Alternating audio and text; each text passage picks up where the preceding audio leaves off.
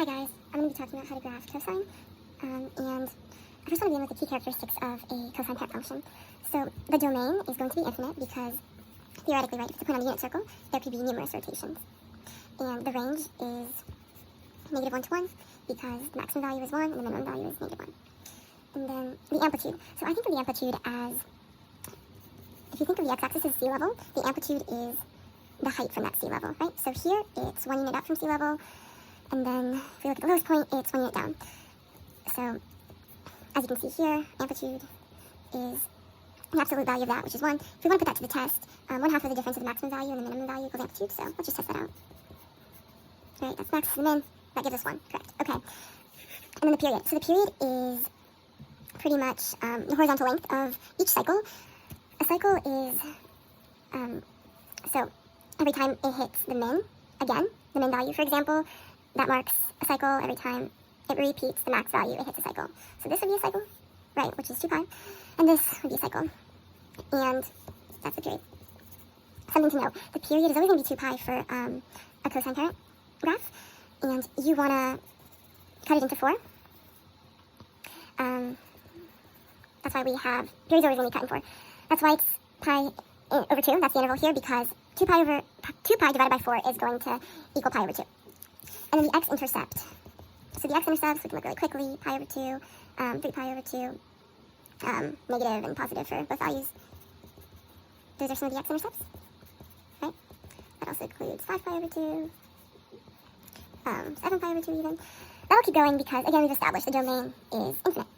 So now we're going, with this in mind, we're going to try to graph the parent function ourselves and then some of the transformations. Those equations that we saw in the right corner, these will make a lot more sense if we break down our cosine parent equation as a cosine dx. So the a obviously is 1. There's nothing in front. Always going to be a 1 if there isn't anything. And then b is going to be 1 as well. So first, we know that the period is always going to be 2 pi, as we saw, and we want it to be cut in 4. So we're going to cut it in 4. So divided by 4, which we know is pi over 2, so we're just going to do pi over 2 plus pi over 2 until we get to 2 pi. And then what makes cosine different than sine is that it doesn't start at the origin. The parent function starts at 0, 1. Okay? And so it's going to go down to sea level, like we said, right? There's no shifts. X-axis and y-axis stay the same. And then, so I kind of broke down the values already, but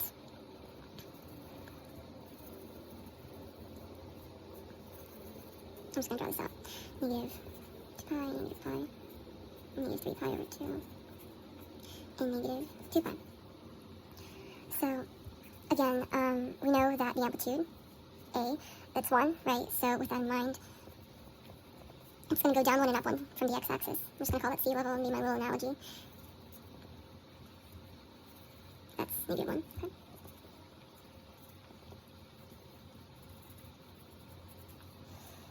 And there are possible reflections, right, which we will talk about. So I'm going to be saying 0a in the next few slides, and what I mean by that is your point on the y-axis is always going to be a down or up from the origin. So if a is -3, and let's say that our origin, or our x-axis is at -1, it's going to be 3 down from there. Okay, does that make sense? And the way I wrote it isn't exactly accurate, but that's what I meant. So your starting point, think of it, A, whether it's positive or negative. If it's negative, we would have started down here, so 0, 0, -1. Oops. So we would start here. You're never going to start at the origin of the given scenario. Okay, so now, alright, so that was like the easy version. Now with reflections.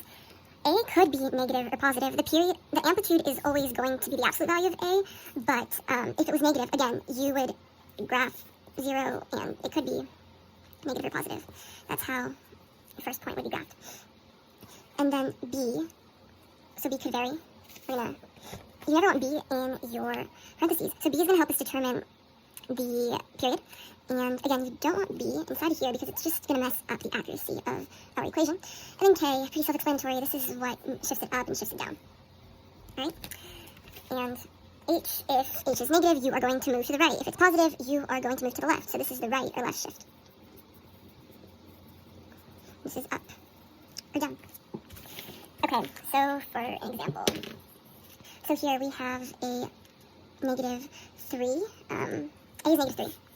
Okay, so I'm going to look at this as reference. We can work together. A is negative 3, so I know that with that in mind, the absolute value is 3.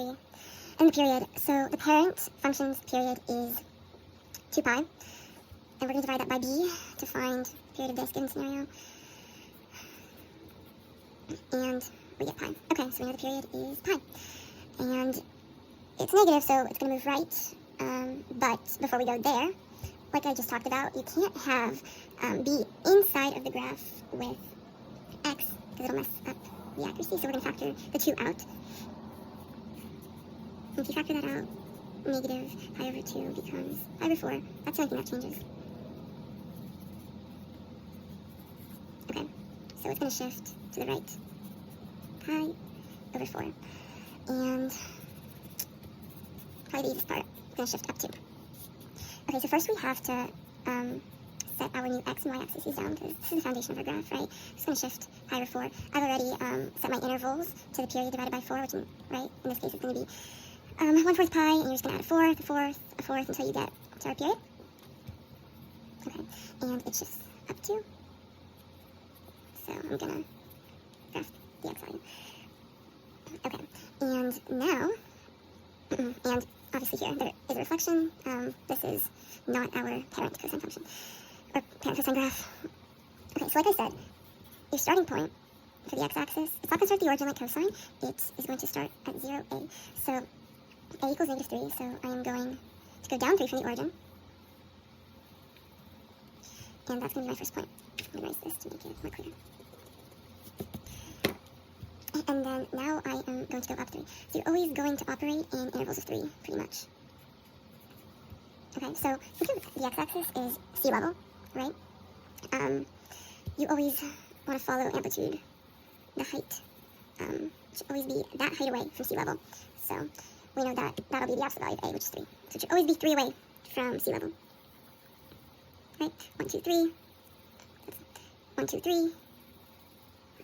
Okay, and we've established domain is going to be infinite. So I'll keep on going. Okay, and so again, if this was just 3, it would have started up here, and it would have looked more like this than this, right? It would have looked more like a hill than a valley. Okay, so now we are going to derive a cosine equation from this graph. This lends itself perfectly to cosine because it doesn't start at the origin, it already starts below the x-axis. So first we need to find the x-axis. I already found it for you, but it is negative 1 because negative 1 is the x-axis value at which the max value and the min value will be exactly the same distance away from it. So yeah, if you really want to be visual with it, it should basically be right in the middle of the graph. Okay, and yeah, so the value that's on the x-axis should be 0a, which I've told you. So here we see that a is 3 away, 3 down from the x-axis. Therefore, a is negative 3, and the absolute value of a is the amplitude. So amplitude equals 3. And to find b, we know that in the period equation, it's 2 pi divided by the absolute value of b would give us the period. Okay, so the period is a full cycle. And I'm just looking. Okay, this is the max value, this is another max value. This is when it repeats, so I know that that's a full cycle. And this is pi, so they're pi away from each other. Okay, so I know period equals pi, and the only way that would be possible is if you divided 2 pi divided by 2. So b equals 2. Alright, and then as we showed, the x-axis is negative 1, so it must have been shifted down. So k equals negative 1. And with these in mind, let's turn it into an equation. Now knowing what we know, we're going to plug it in to this equation. So we know that a is negative 3 because that point on the x-axis is 0, negative 4, 3 down from the x-axis, which is negative 1. Cosine, because that's what I'm talking about. B, we know is 2. And we can end it right there, because there is no right or left shift. And it was shifted down. That's how we got our new x-axis. And that's one possible equation. Thank you so much. Hope this helped you out.